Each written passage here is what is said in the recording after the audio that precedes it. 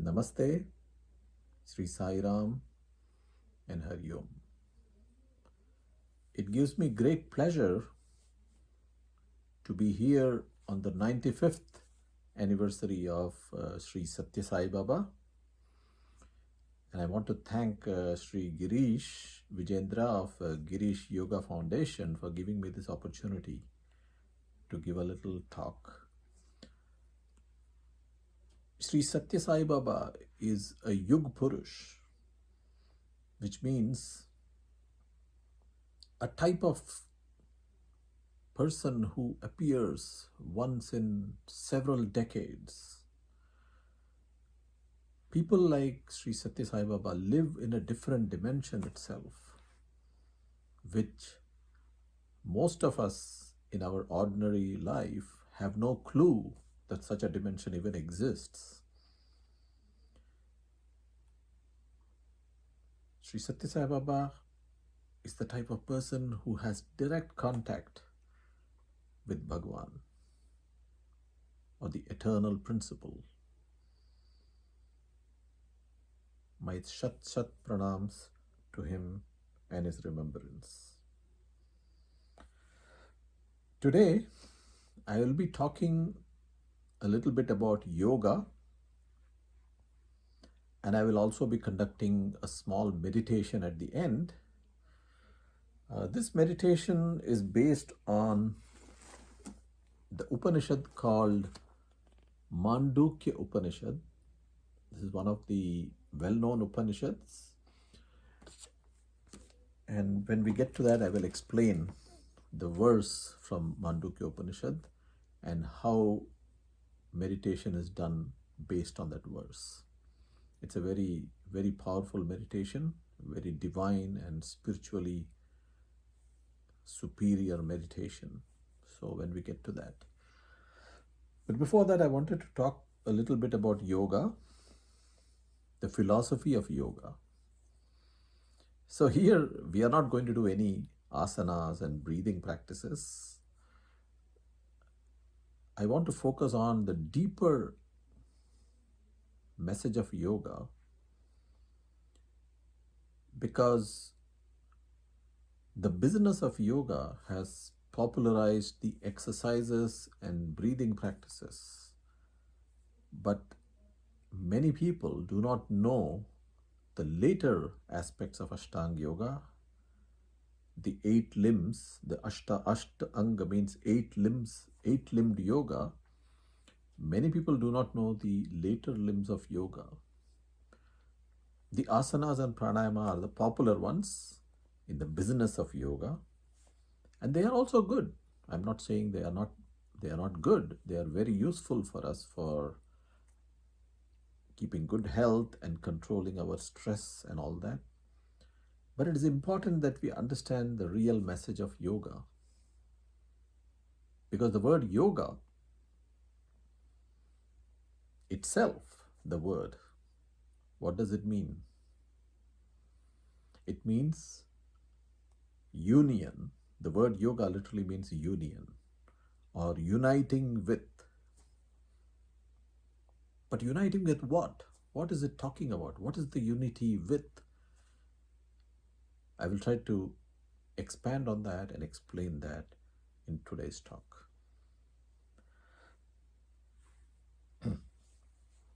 Now, let me start by asking you a simple question.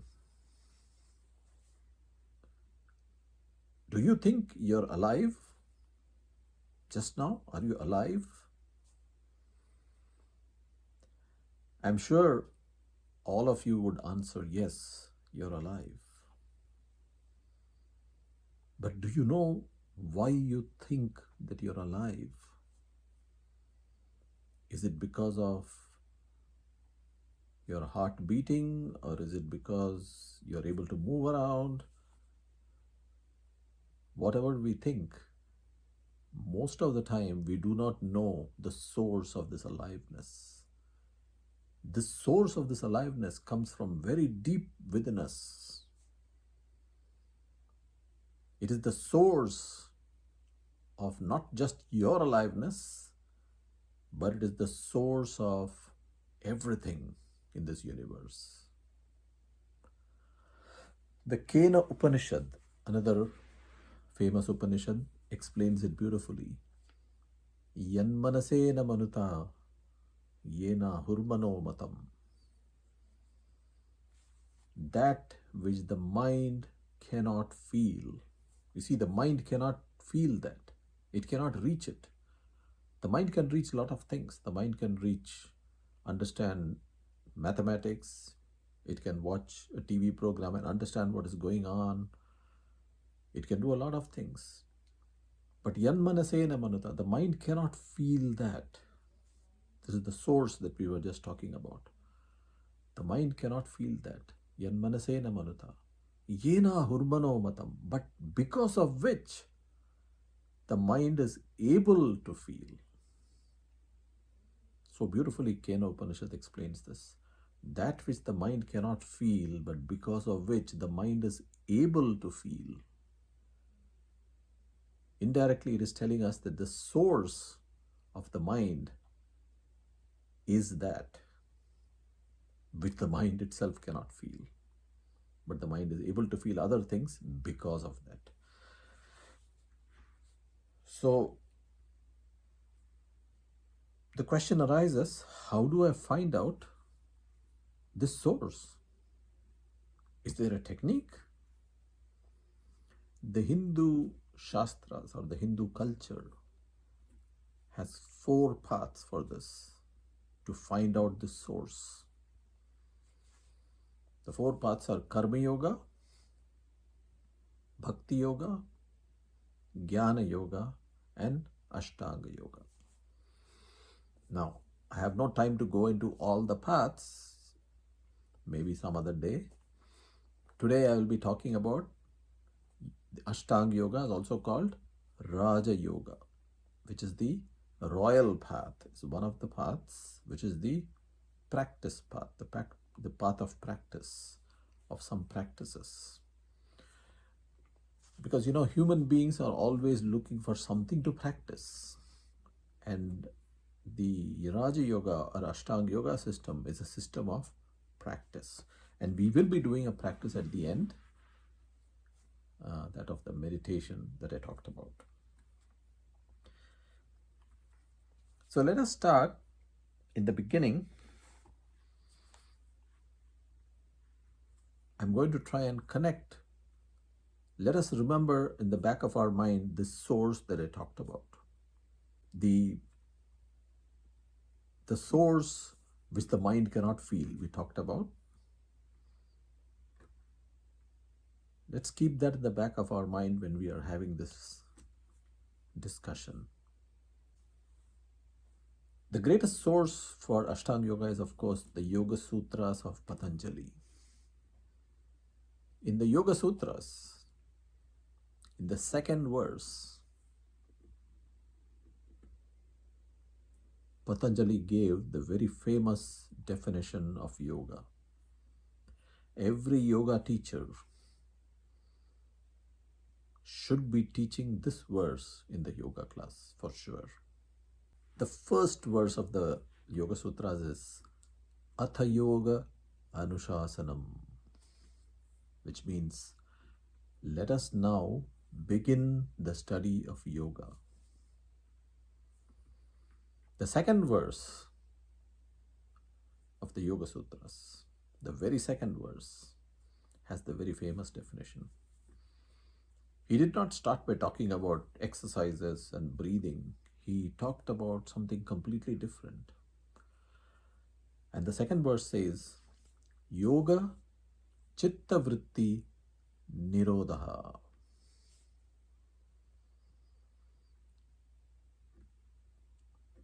The Yoga Sutras, as they say, the sutra means, you can use the word secret for it. Sutra means secret.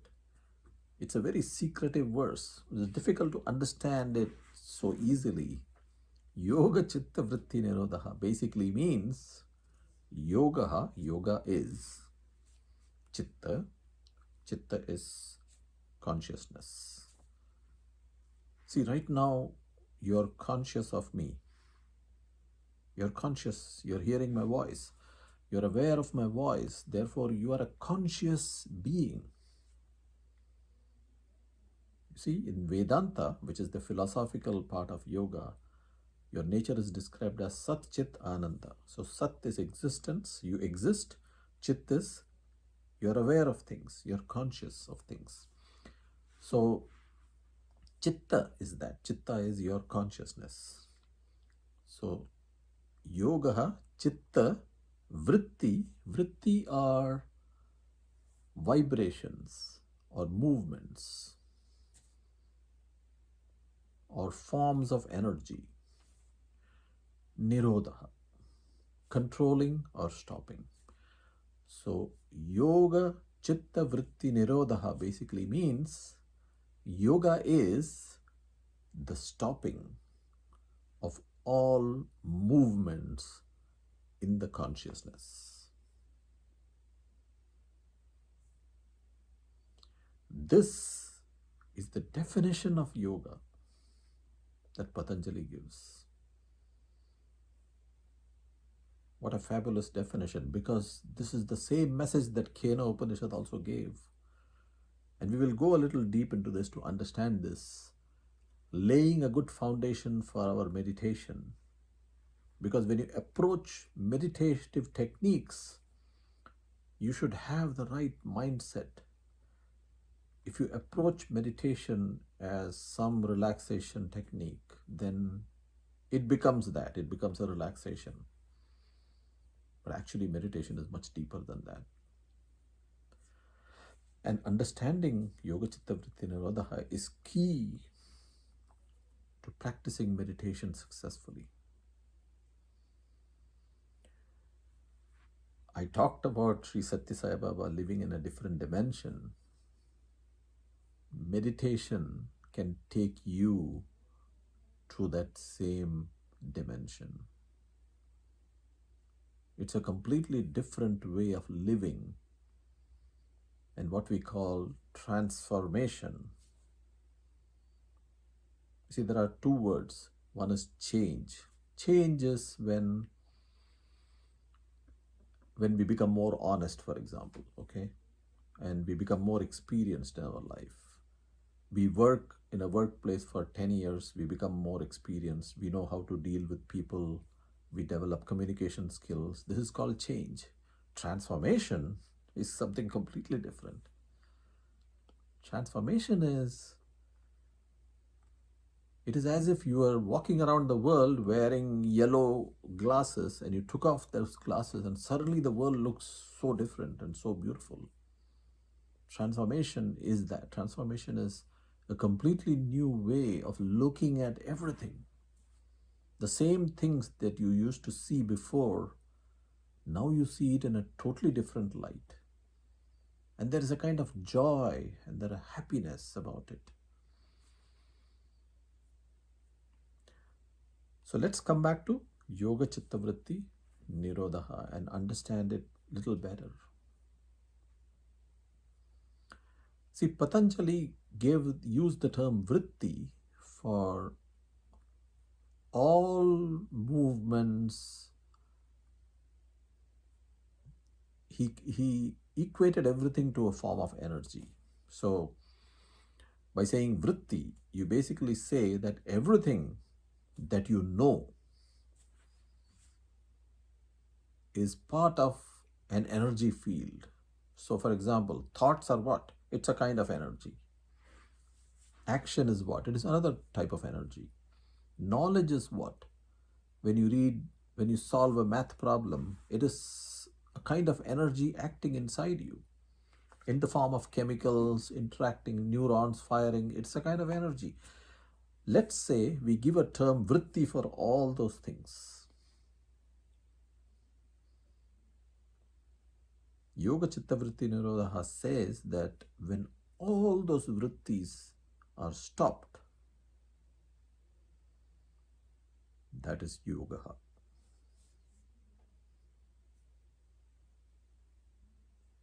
So when all the vrittis stop, what remains? What remains when everything stops? You Your presence remains. There is no off switch for your presence. There is no off switch for your Sat and Chit. There is no off switch for your existence and your consciousness.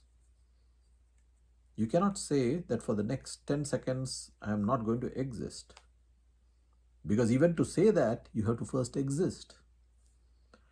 You cannot say for the next 10 seconds I am not going to be aware of anything. Because then you're aware that you're trying to be not aware.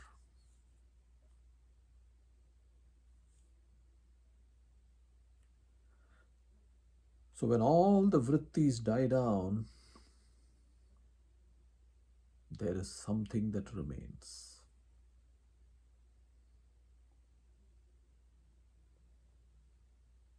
The second verse of Patanjali's Yoga Sutras is saying that is yoga, or that is the union. That's the time when you unite with the source,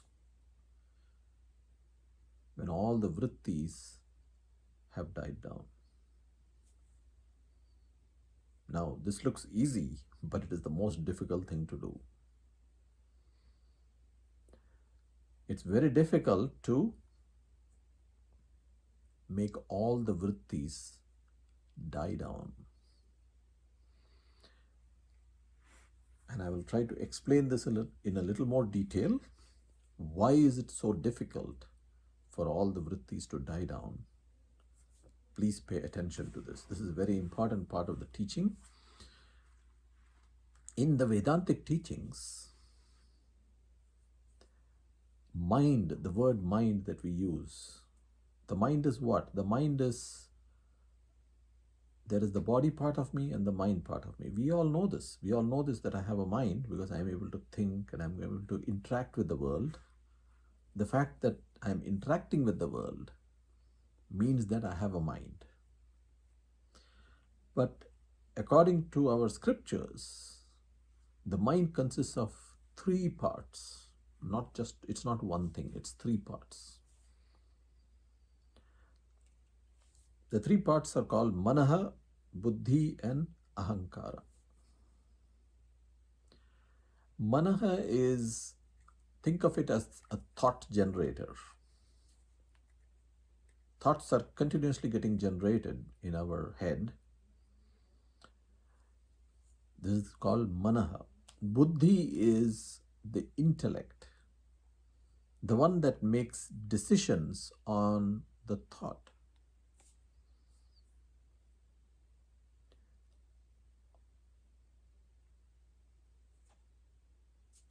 We are making decisions all the time in our lives, right? You know that. We do decisions all the time. We have to decide between two things. The thought is there for both, but then the buddhi comes and decides one of them, right? Now, many people, when they do meditation, they quieten the mind and they are sitting very silently, beautiful. The silence is very beautiful. But have all the vrittis died down yet? Not yet. Because of the third aspect of the mind that I mentioned, called Ahankara. This is a very important aspect which, by analysis, we cannot know this, but the scriptures teach us this. Ahankara is the feeling of ego or I. The fact that when I am giving this talk, I feel that I am giving this talk. And when you are hearing this talk, you are feeling that you are hearing this talk. There is always an I associated with everything that we do. Every thought that we think has a possession, a possessive quality, that it's my thought. This is called Ahankara in our scriptures. So Manah, Buddhi, Ahankara. Ahankara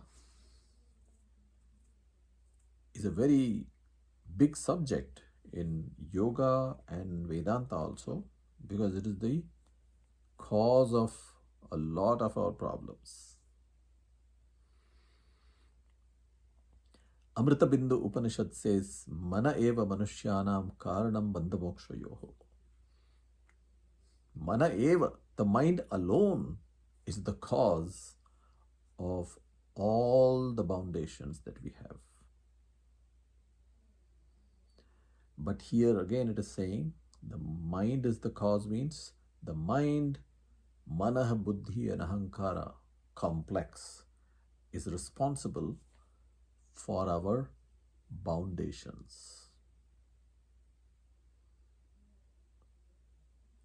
The vrittis that Patanjali is talking about is the vritti of all three together. When we sit quietly, the mind can be made silent, the thoughts can be reduced, there are very few thoughts coming. But can you silence the ego, which means, one way of putting it is, can you get rid of the feeling that you are doing the meditation? That I am doing the meditation. It's not easy to drop that. But with practice, it happens spontaneously. And how does it happen? By just being silent. The Zen Buddhist people have a beautiful word for this. They use the word shikantaza. Shikantaza means just sitting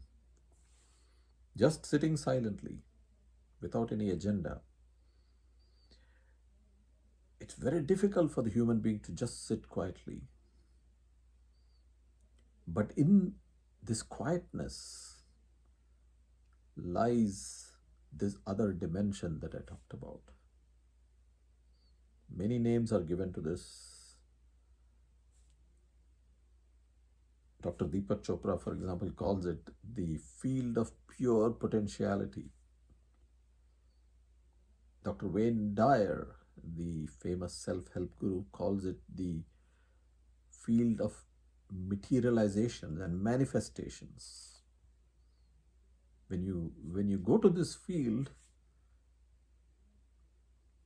there is a transformative change that happens in your real life when you spend some time in that field. It is not about trying to find some flashing lights and some kind of beautiful sights or something. It is you're going to the womb of creation itself. In Bhagavad Gita, it is called Kavim Puranam. Puranam word is used. It is the most ancient thing. The most ancient thing in you is your Sat and Chit. Your existence is the most ancient thing. But we are not in touch with that. We are in touch with the surface, which is the mind and its activities and thoughts. We are completely embroiled in that. And chitta vritti nirodha, dropping the vrittis and remaining quiet, allows your real nature to arise by itself. So you do not have to go there. It's already here. When you provide the right environment, it arises by itself. I like to give one example, which I do in my classes. Suppose there is a beautiful pond in which the water is very still and you can see the rocks at the bottom, crystal clear pond. And the water is shallow. You jump into this pond and stand there. When you jump, what happens? You muddy the water, all the mud from below starts coming up, and the water has waves in it. When you look down, you cannot see the stones anymore. Now tell me, if you want to see the stones eventually, what should you be doing? Can I bend down and try to stop the waves? I cannot, because if I stop a wave, when I take my hand out, I will start another wave. You know the answer. What is the best way? Is to stand very still. If I stand very still, the water after some time will settle down by itself. The dust will settle down by itself, and it will become clear again.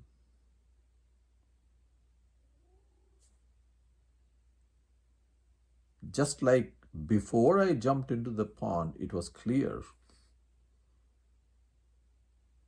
It's going to become like that by itself without you doing anything.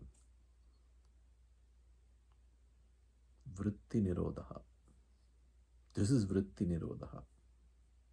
All these vrittis, nirodha, you let them stop, but you don't stop them.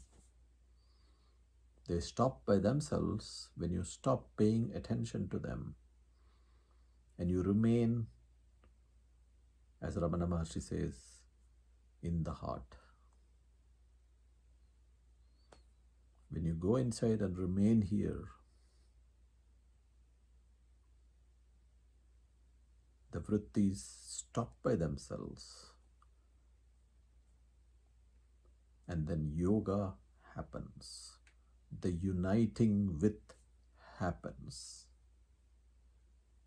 And what is the uniting with? Uniting with the source from which your aliveness is coming out. The source from which the whole universe is coming out. This is the highest teaching of our Upanishads. That source, which is the source of your aliveness, is the source of the whole universe itself.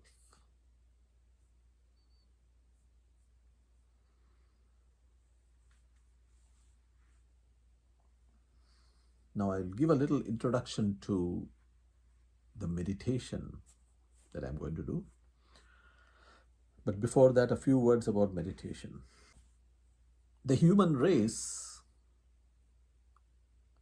has a lot of blotches in its history, a lot of negative things in its history. For example, in the 20th century alone, more than 100 million people have been killed due to human atrocities. 100 million. The mind that I just talked about a few minutes ago doesn't just create little problems for you, it can create havoc in the world.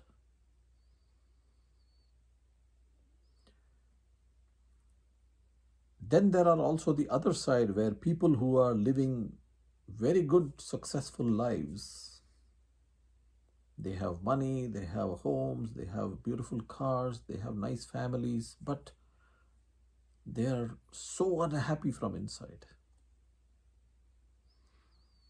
It's amazing to watch that. When I look at that, I wonder, why?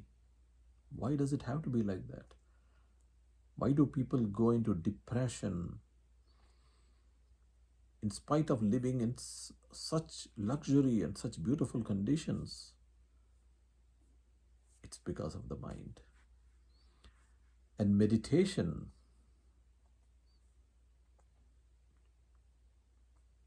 cures all these problems just by practicing. Slowly transforms your life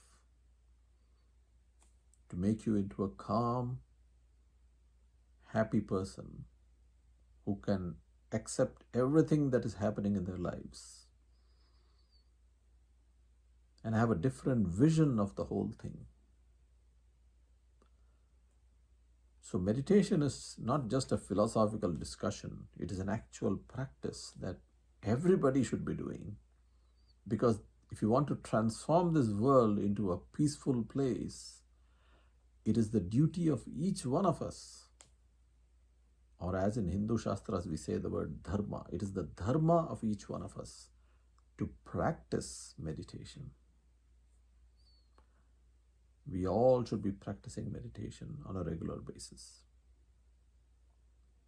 Okay. Now I will give a little introduction to the meditation that I am going to teach today and we are going to practice. And I told you the basis of that meditation is the Mandukya Upanishad. And I will just read the verse that is going to be the basis for this meditation. This is verse 12 from the Mandukya Upanishad. Amatras chaturtho vyavaharya prapancho pashamaha Shivodvaita evam omkaratmaiva samavishati atmanatmanam ya evam veda ya evam veda. What this is saying is, I will read the translation of Pujya Swami Chinmayananda here. This is the translation of that. That which has no parts, the soundless, the incomprehensible, beyond all the senses, the cessation of all phenomena, all blissful and non-dual Om, is the fourth, and verily it is the same as the Atman. He who knows this merges his self in the Supreme Self, the individual in the total. Now this Upanishad is dedicated to the chanting of Om, or called Omkara. We all know Om very well. It is very famous intonation that we all do. Before every mantra we say Om, but this Upanishad goes very deep into Om chanting. And here I also want to read the commentary. That was the word, that was the meaning of this verse that I just read. I will read the commentary, one paragraph from the commentary that Pujya Swami Chinmayananda has written beautifully. So here he is referring to Om. Om consists of three syllables. A, U and Ma. That is Om, three syllables, and he's talking about that here. But having pronounced the sound A, U, Ma, when one Om chanting has ended, before the meditator can bring forth the next Om in the series, there must certainly be a moment of blissful silence,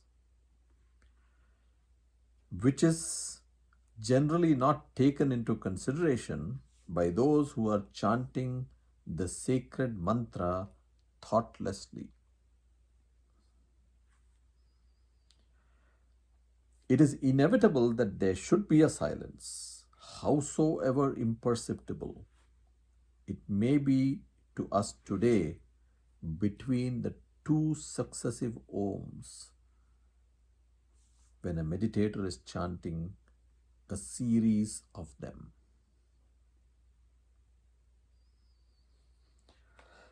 So,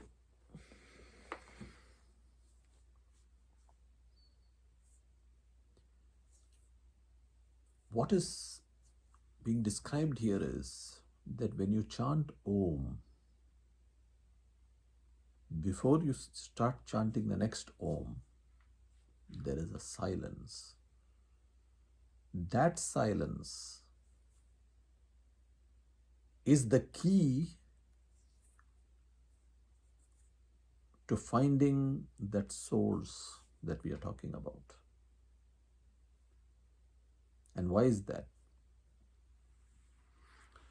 We talked about the Manah, Buddhi, Ahankara as the obstruction to the knowledge of the source. The vrittis are the obstruction.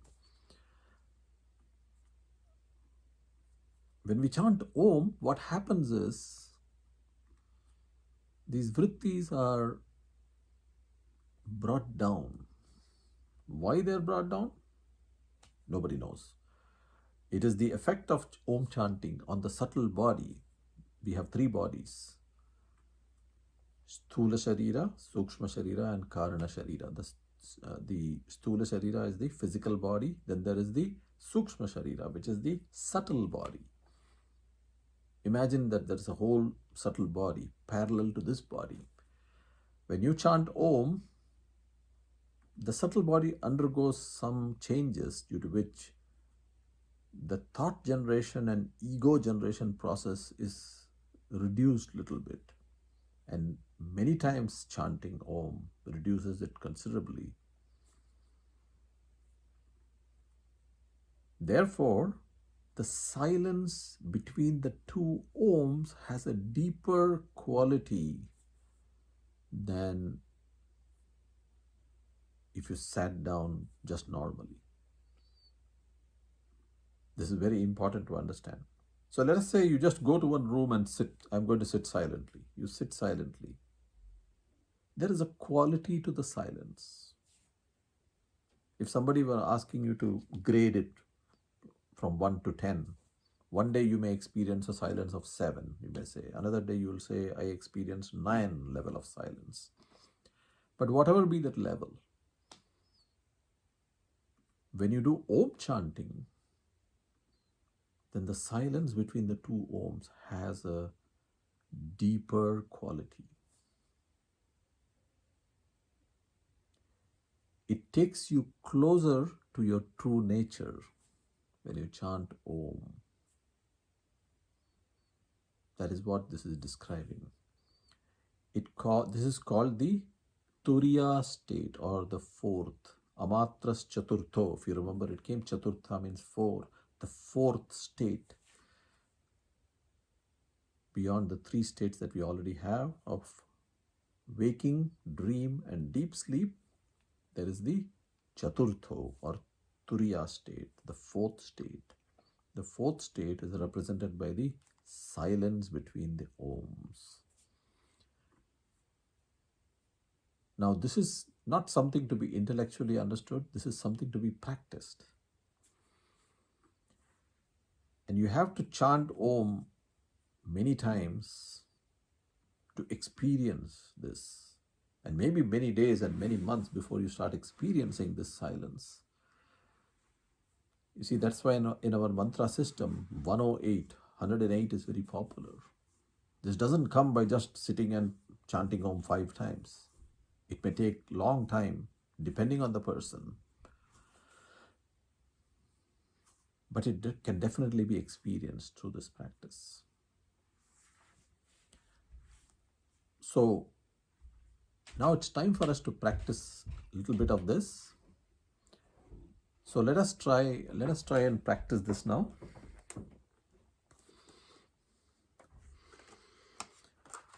So a few instructions before this.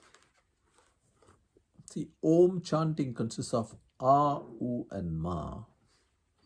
And it is the A and U are combined together to make it O. And then the Ma is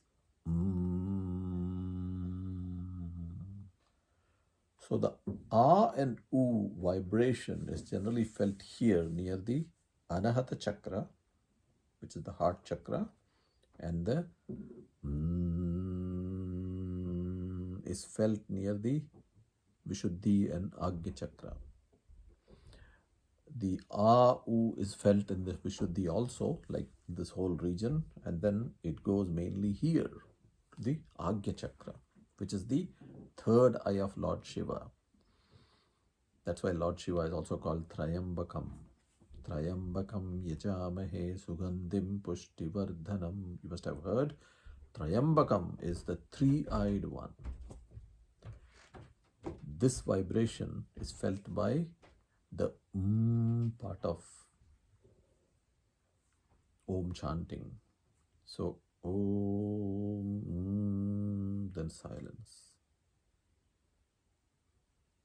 So vibration, vibration, silence, vibration, vibration, silence. This is like a resonant effect.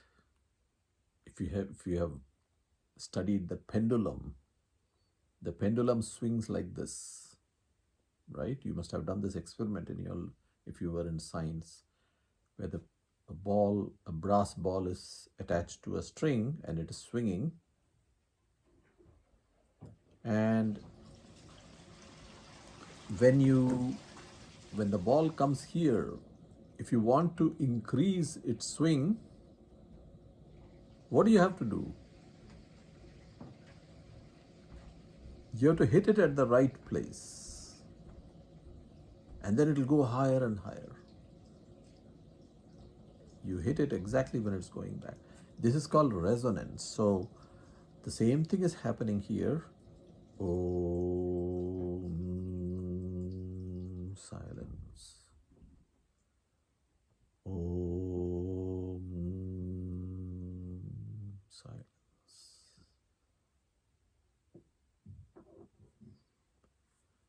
So let us practice this now for some time. Be comfortable. Sit comfortably.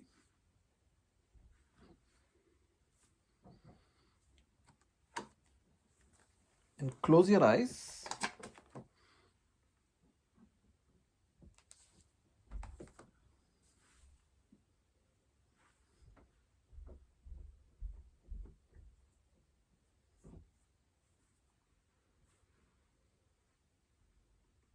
And we are just going to chant Om. As I said, Om, and then we transition to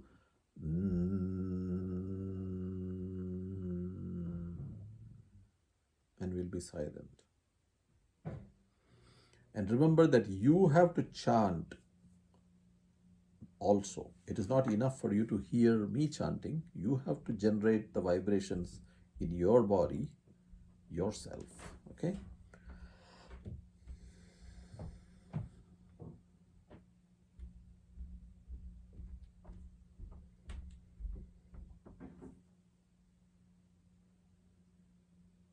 Let's take a deep breath.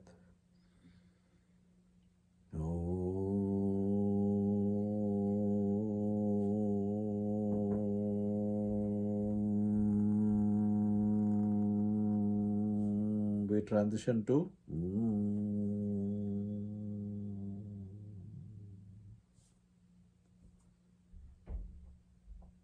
this is the gap between the two Oms. Completely focus in this silence. Don't worry about what is there in the silence or anything. Just keep your attention in this silence here. Don't let the mind drift anywhere. Hold it here.